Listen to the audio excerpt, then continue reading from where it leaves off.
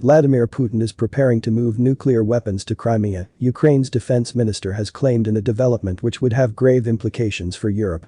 And Andrii Taran claimed Russia could attack his country in order to ensure ongoing water supplies for the peninsula, annexed by Moscow 7 years ago.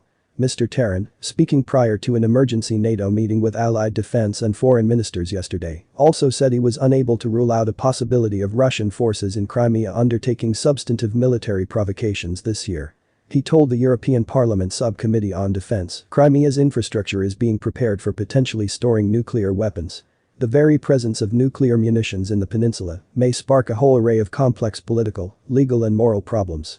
Mr. Taran was able to offer no evidence to back up his allegations, but, citing the latest Ukrainian intelligence, said Russia was massing 110,000 troops on Ukraine's border in 56 battalion-sized tactical groups.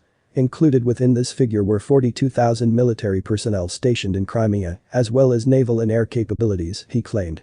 He described Russia's movements as potentially offensive military exercises which could be used to conduct unpredictable, escalating actions from Crimea.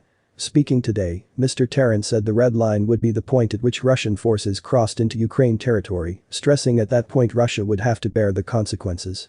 Russia has countered by insisting NATO, not Moscow, is undertaking out threatening military action in Europe. Nevertheless, any Russian decision to move nuclear weapons to Crimea would significantly worsen already strained tensions between Moscow and the West.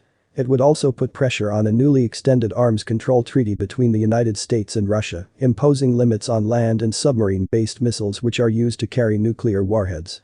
Fighting has increased in recent weeks in eastern Ukraine, where government forces have battled Russian-backed separatists in a 7-year conflict that Kyiv says has killed 14,000 people. NATO says the number of Russian troops massed on Ukraine's borders is at its highest level since 2014.